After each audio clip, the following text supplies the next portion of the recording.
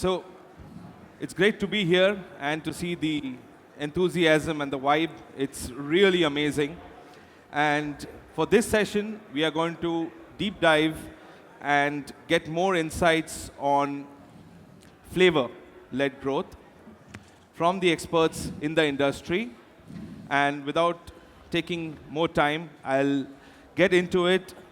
We have the panelists here, and I'll start with one common question for all of you about flavor is, in your experience, can you give us one flavor that led to a win? Yeah. Chef, we can start with you. Yes. First, we have a lot of flavor, but from my side, from our experience, one of this flavor it was chipotle powder. It's amazing spices in our flavor.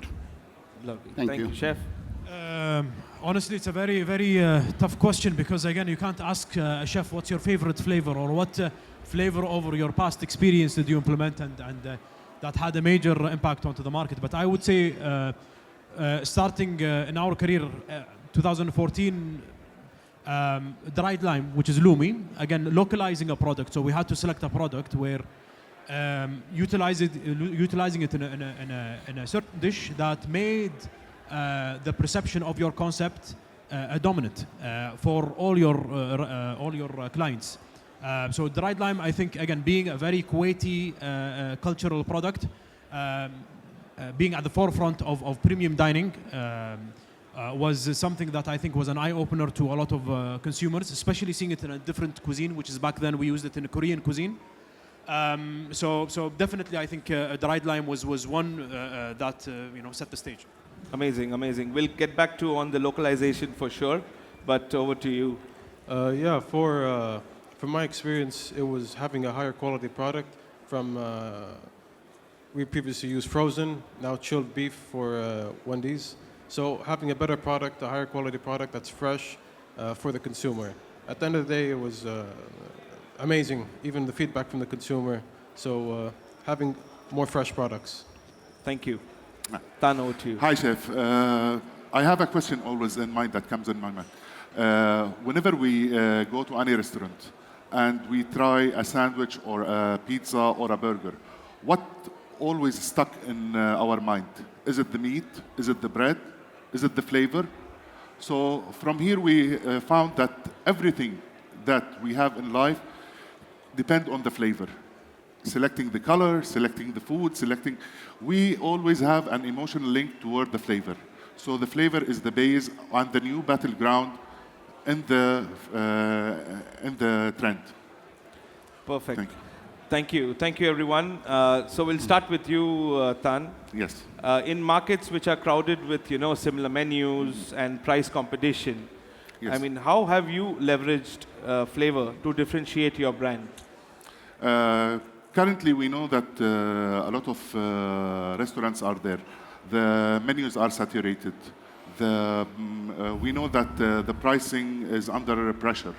So the only domain that you can tackle and differentiate yourself is always the flavor. We are at Heinz, we have a heritage of 150 years plus, and it's always about a story to tell. Every one of us have a story to tell with Heinz. When you differentiate yourself with the flavor, you make sure that when you are building the emotional link between you and your customer, the customer is coming back for your burger, not just for a burger. That's True, true. Thank you.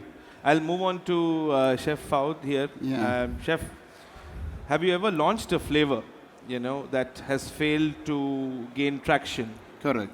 And what did you learn from it, and how did it shape your future menu strategy? Of course, in the beginning, I have no need to say fell down, but sometimes you not get or you not understand the customer exactly what they need. In our experience, when we are doing this one step by step, so that time to will to learn from that how to see the guest, most of the guest, to get his point. So this one to learn me again to how to make it in the small scale to be more better guide the test of the flavor. Thank you.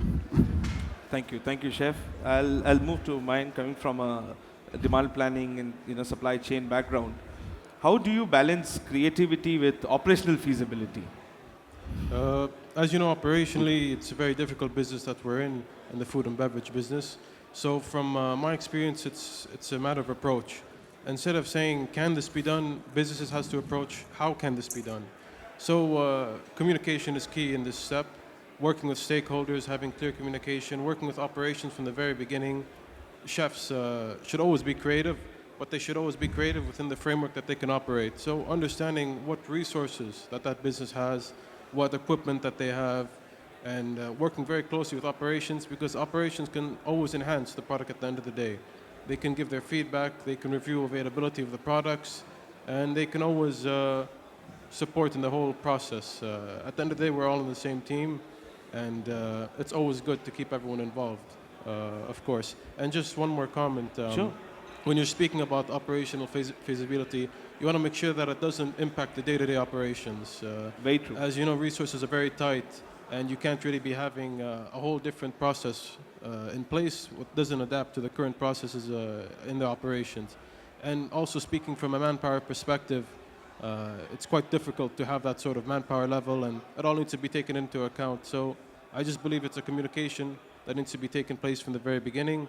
And at the end of the day, creativity is very important for our business. It breeds innovation. It allows us to develop each brand to its very potential. So that's my thoughts, yeah.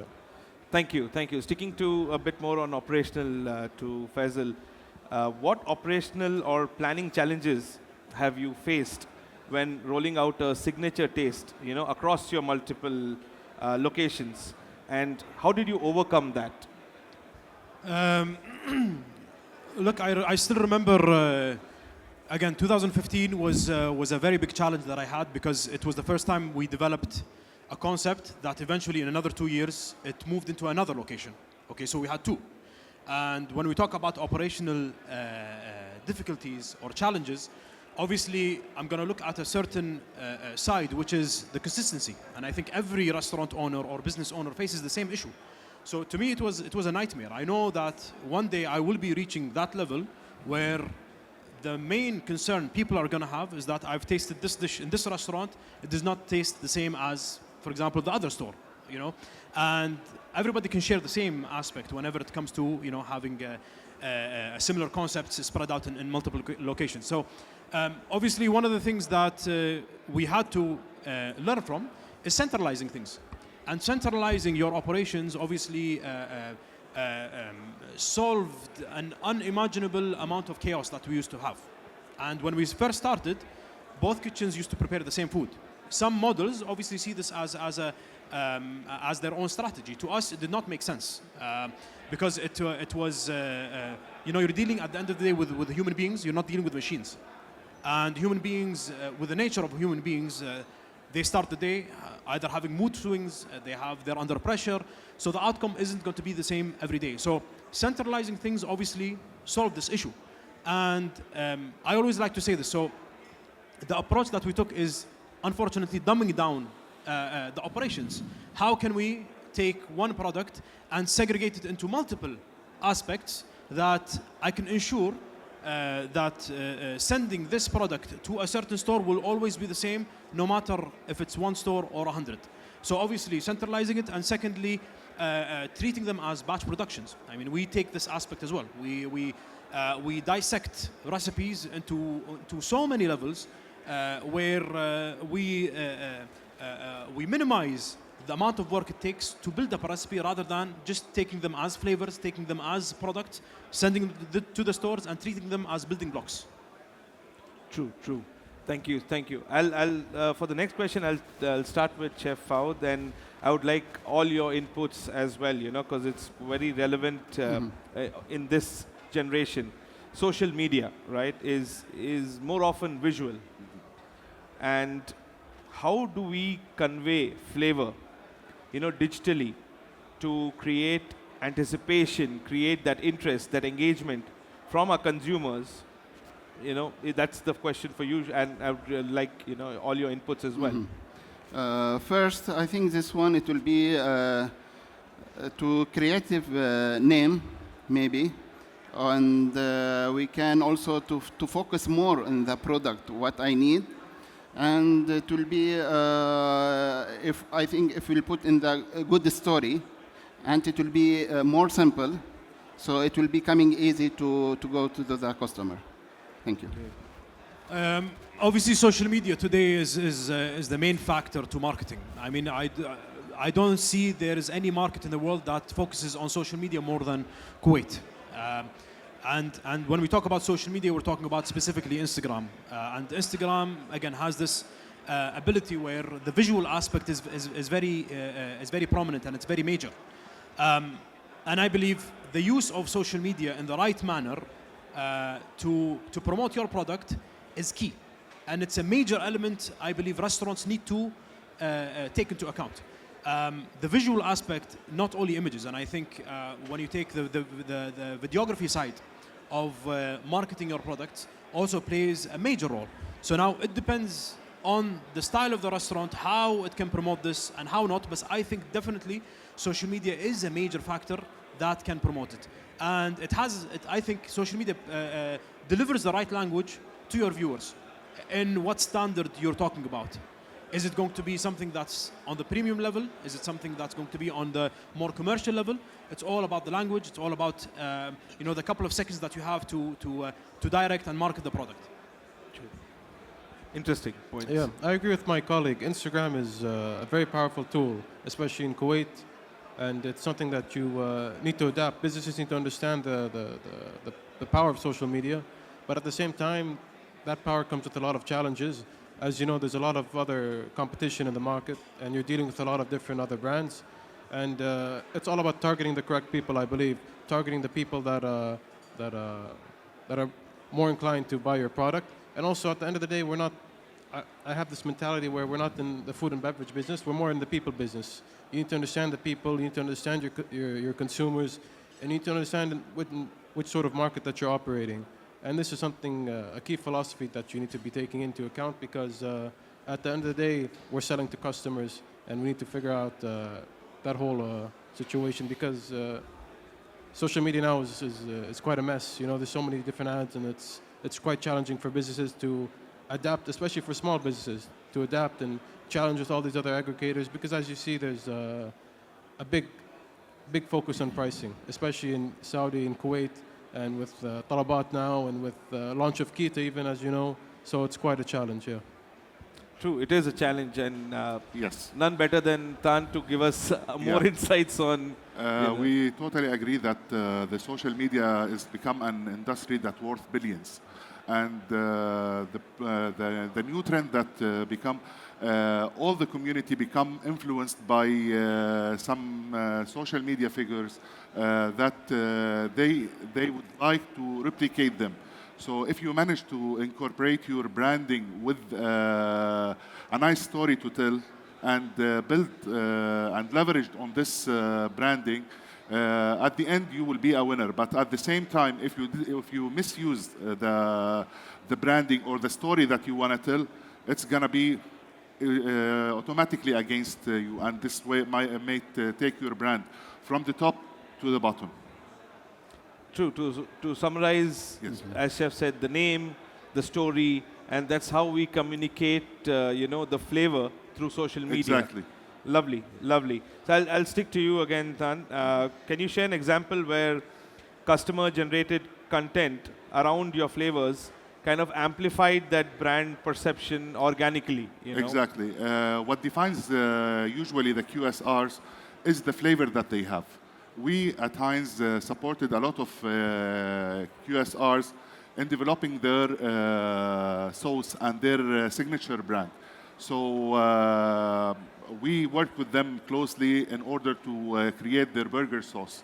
So we had a successful story where they had the burger sauce that cannot be replicated at home. The consumer cannot replicate it at home. And in this case, you will have your consumer that coming back to you to taste this flavor and not just have it in any other place. Interesting, interesting. I'll move to Faisal, for example, would like another example from you. So if you can share an example where flavor innovation has allowed your brand to command premium pricing or a higher guest loyalty. Look, especially when it comes to premium dining, education is at the forefront. Education is the number one element any restaurant owner needs to take into perspective. Now, in order for me to let's say, trial out or test out a product, how am I able to proceed utilizing it if the market is not ready for it? Obviously, this comes with a lot of tools. I have to, number one, consider the story behind it. Number two, understanding the market, the need of the market. Number three, how can I sell the product and making it clear to the people what this product is. So it all goes back to the factor of education. So when we talk about utilizing, let's say, as an example, burrata cheese, as a very small example, and burrata cheese, you can find it out in most restaurants today, premium and casual. Burrata cheese 10 years ago was not a cheese that people would know. And fast forward 10 years later, it's all over, and that makes it very clear that the market started to understand, because of education, because of the use of the product, the naming of the product on the menu, fitting a certain criteria. So today, with the use of elements that we had and ingredients that we had over the last years, we made sure that these ingredients are carefully selected to be placed in a menu with the naming of the product, making sure that these elements are developed in a way where match the market expectation. And at the same time, eventually with time, people start to appreciate it. And this makes your concept have a standard where people can expect. And this automatically, raises the bar in justification. When people come to your restaurant, they do expect this product to be there. They do expect that this product comes with a certain price. So, and people don't really see this, but indirectly, I am the one that eventually, subliminally and indirectly placed it into the market to test it out, which eventually became a norm in a lot of restaurants. So this is when it goes back to commanding the pricing. First is the burrata, second is the duck, third is the truffle, fourth is the more extravagant products, where eventually it becomes the norm of your brand, norm of your restaurant, which eventually people can expect this pricing and justification. So in short, if I can ask you an additional question on this, so would it say lead to guest loyalty or demanding premium? Which one would you prefer, or would you go for among these two? Look, I think they're two different things. When you talk about loyalty, it's how you sell yourself to the customer, how the customer is taken care of. Is the customer, do you meet the expectations of the customer always? And I think it's different than when you talk about premium. Loyalty obviously is something that premium dining concepts need to consider, because loyalty, you have to think about other elements other than food. You talk about how the customer is being taken care of. You focus on service. You focus on experience. You focus on building the same expectation over and over and over again. And once you reach that level, obviously the customer will be loyal to you. And this goes on for generations, because one concept leads to the next. So if the customer knows that this is the concept that is developed by X chef or X company, they know that you've already won them over for the next project and third and fourth and for eternity. No, that's a great point that you have said. And adding on to this, and from perspective mind, how should localization and procurement be factored into implementing, say, international brand products, so we preserve the brand integrity while ensuring the local market feasibility? Yeah, that's a tough question, to be honest. You're dealing with a lot of stakeholders, international stakeholders that don't really understand the market. They're not on the front lines understanding the situation and dealing with the competition. So it's all about trying to work with the host brand, trying to understand the host brands, and at the end of the day, the brand is key and the flavor is key to the brand. So you can't really not factor that in when you're localizing the products here in Kuwait. It's quite a challenge, but it's something that you can easily do in the GCC. We had many experiences doing this for Costa Coffee and also for Wendy's. We worked with a lot with local suppliers. Saudi Coffee is a good example of this, and it was an extensive project that we did. But the whole idea is to maintain the brand integrity, maintain the flavor, maintain the customer experience, which is most important. At the end of the day, the host brand wants to ensure that their brand here is no different than their brand in the UK or in the US or wherever they're operating. And it's all about delivering that customer experience, but with a small twist, a local adaptation. So, like I previously said for Saudi coffee, that was a great element that we had. People in Kuwait and in the GCC, they like a coffee that's a bit more stronger and a coffee that is locally brewed as well. So it was a great opportunity to localize a major item such as that. And it's in line with the host brand's wishes and the host brand's service levels. So it's a great opportunity to always keep exploring these opportunities because they breed creativity, like I previously said, and it allows you to differentiate within the market and build relationships. Lovely. You know, yeah. Keeping the brand integrity, but twisting it to local. Exactly. Very important. You have to always respect the host brand and their brand because Couldn't agree more with you, and I believe everyone will. Tan, a quick question to you, like, can you share an example where, how has your signature flavor contributed to building brand identity or loyalty? Signature taste always unlock the loyalty. If you take it from a consumer perspective or a customer perspective, when you are dealing with a heritage brand that have above 150 years of experience, and most of us have their story with Heinz ketchup with the fries. So when you are approaching your customer that I'm using this traditional brand, this heritage brand, this strong brand that have all the elements, all the emotional link that you could have it from your childhood memories until you become old. So having the reliable name depending on this heritage that comes from your story could lead to success in building your story, building the threads of your story. We at Heinz depend on a lot of LTOs where they define their, we consider them as mini labs. And from these labs, we support them with all the ingredients and all the development that needed. So far, 6 of these main innovations and like that considered as permanent items of this restaurants and permanent menu. Great. To you, Faisal, as you come with a operations and culinary background and overall, so how can marketing and culinary teams, Chef, I'll need your input and Tan as well, that how can they collaborate, to make flavor innovation a sustainable brand differentiator, because it's important to create a flavor which is relevant to the market, which is exciting, which is, say, a signature of a brand, but how can it work hand in hand with marketing to make it, a completely different, outstanding? A lot of people don't see this, but I think the most successful F&B operators or restaurant owners or businesses are the ones that understands this way earlier. They understand the importance of marketing hand in hand with operation or hand in hand with the culinary department. And when we look at the biggest F&B players today, I want you to look at the involvement of marketing that they have. And I'm not talking Kuwait, I'm talking worldwide.